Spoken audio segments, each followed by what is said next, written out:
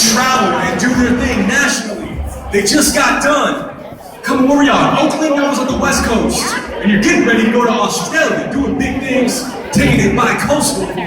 Ladies and gentlemen, I want to introduce you to PuroSlam. Hello, everybody. All right, my name is Diamond Mason. I am one of the members of the 2015 PuroSlam Nationals team. This is Nathan, Tilton, Raidershine. For those of you interested, shameless plug, we've got merch over there. Nothing on the table, poetry-wise, is more than $10. So if you want a budget, we got you. We got stuff as cheap as $1. So come see us. Everything goes to getting us where we need to go as far as shows and everything. That being said,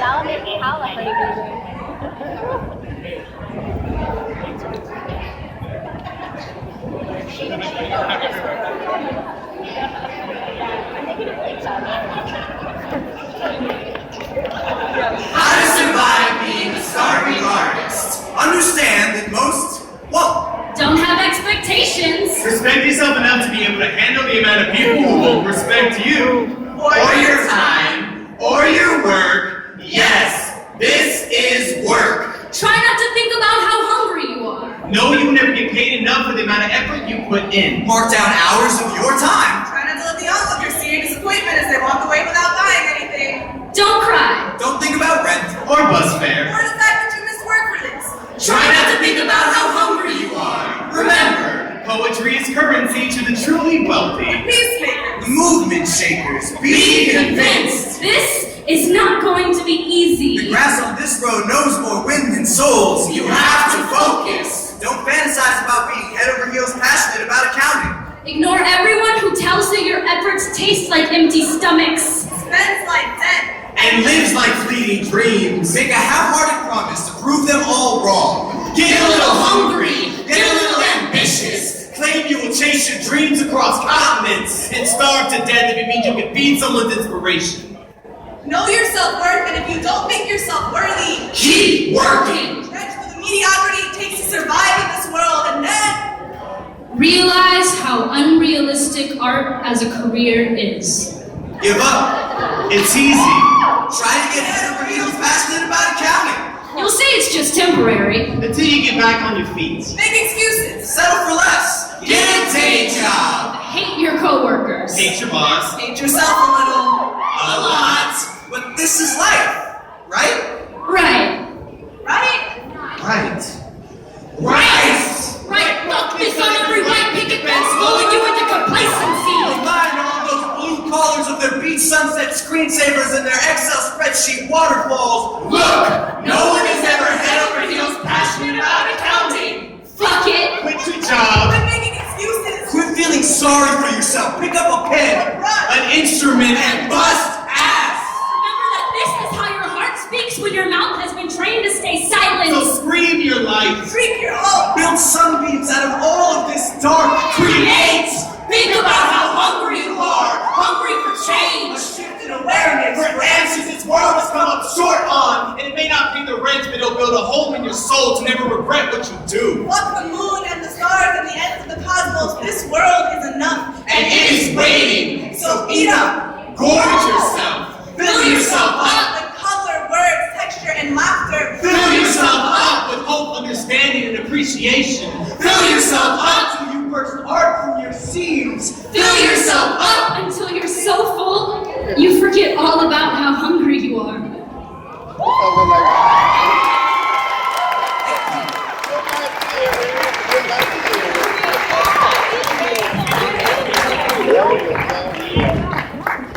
Thank you. So right now we're making a little bit of technical changes really quickly. I also want you to know that the pieces that we read tonight, we took to Oakland to compete at the national level, and we beat the Austin team we were competing against. Yeah. Boom. I'm saying, I was excited. The Austin team that had a whole bunch of vets that have been doing this for like 10 years. Yeah, we did that. It was exciting. We had a good time. But yeah. Cool. I hope y'all enjoy it.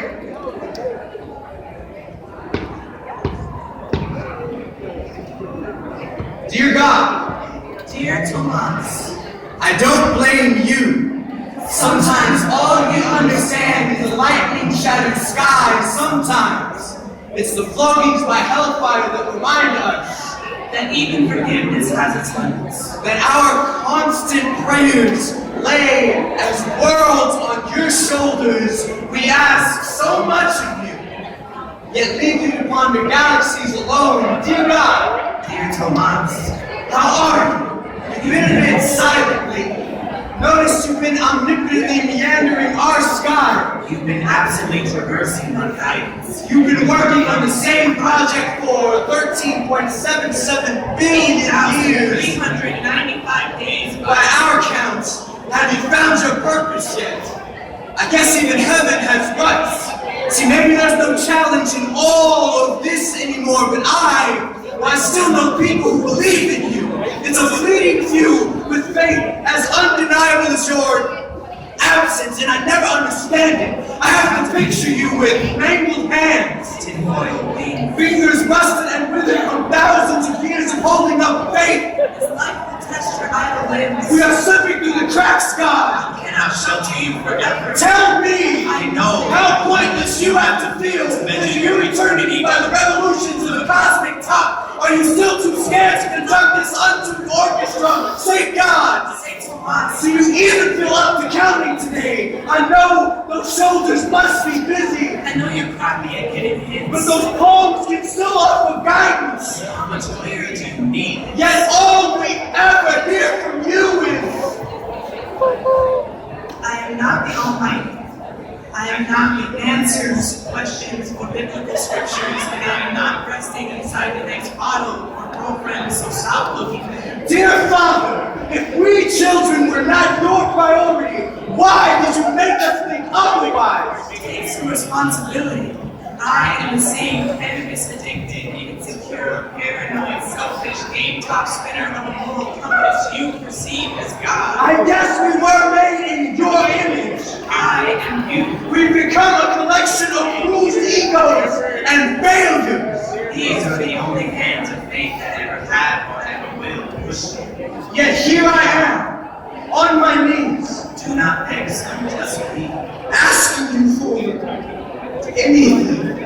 All the answers that you need are here. Are you here? God, Tomas, your power is boundless.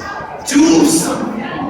You just have to do something. Thank you.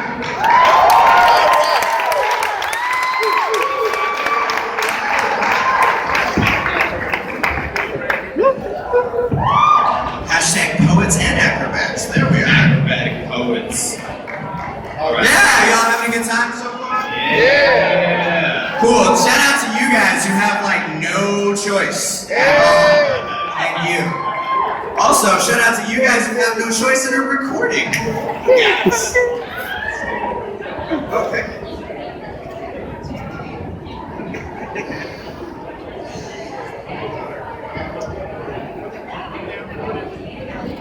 You know, man, I am scared of the day in which my son is ashamed for feeling weak. You know, bullied for being passive, laughed at for picking flowers.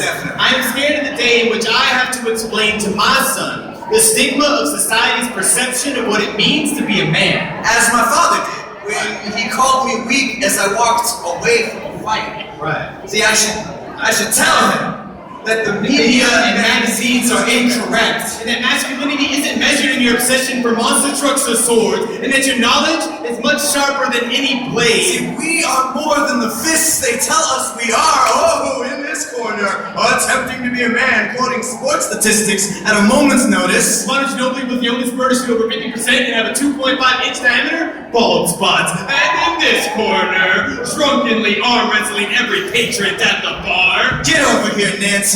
Let's do this. Both savagely attempting to validate themselves via dick measuring contest. Fuck that! This is the problem. We measure self-worth by beard everything. Expensive cigars. How many beers I get shot? How many tears I refuse to shed? And we tear each other down for feeling at all. You mad, bro? Fuck you, bro. You're still crying because your girl left. Grow a pair. So? You're still crying because your dad died? Suck it up. Everybody dies. Man, I don't feel shit. Guys, we have feelings and we don't need to be afraid of them. Dudes, we can be strong without callously enforcing dominance. We can have our feelings and acknowledge them too. Hell, we'll discuss them in a sewing circle. As we fashion a hammock for preconceived judgments to take a rest. And we use these same non-callous fingers to rewire stereotypes. And we all may not be able to change a burning clutch, but we will shift these grinding paradigms. Men, we need to stop grabbing for toolboxes and start holding hands. Unite our cause because it's the only tool that truly fixes anything. And we need not be bullied by oppressive corporations to hand over our lunch money or moral opinions.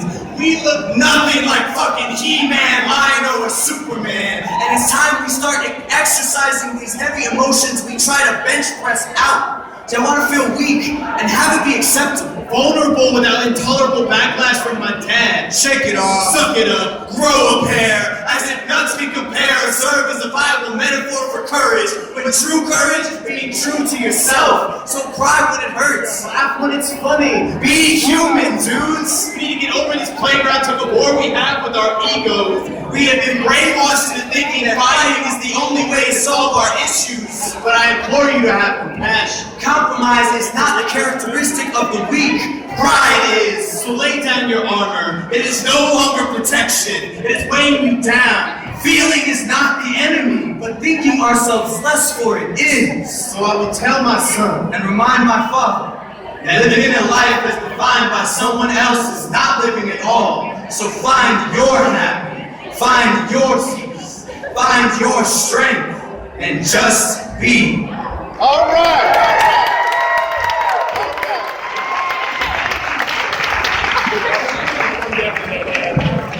Thank you guys. This will be our last piece.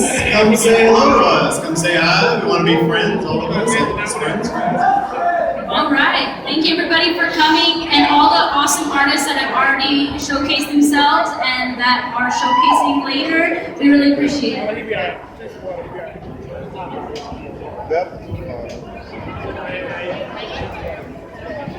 Can't stop the rain from falling. Can't stop the rain from falling. Can't stop the rain from falling down on me.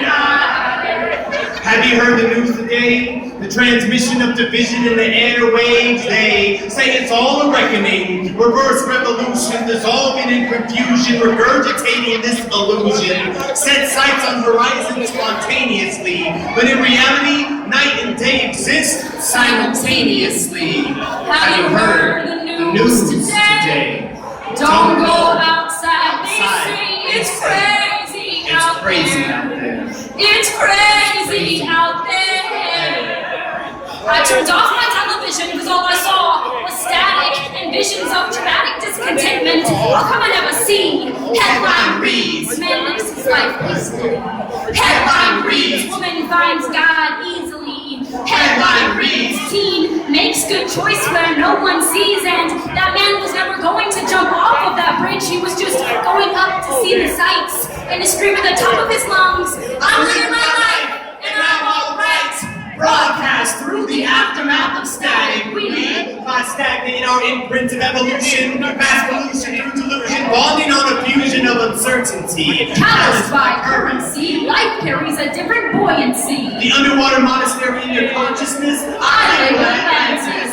Listen, you can hear the Sanskrit gravity whispers as the birds migrate. Imitate nature through vulgarity. Complicate serenity with an explanation. Lessons in moderation develop in transition. But the television had other motives. It closed in flashy lights and advertisements. Destruction of our mindfulness. Bask in the essence as this moment reincarnates the elements of your fate.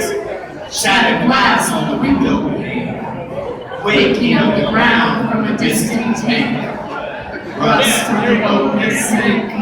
Have you heard the news today? They claim it's all divinity and what a pity each story reads with its artificial craving, fully aware of their anticipation and their boosted ratings. People dying and children crying.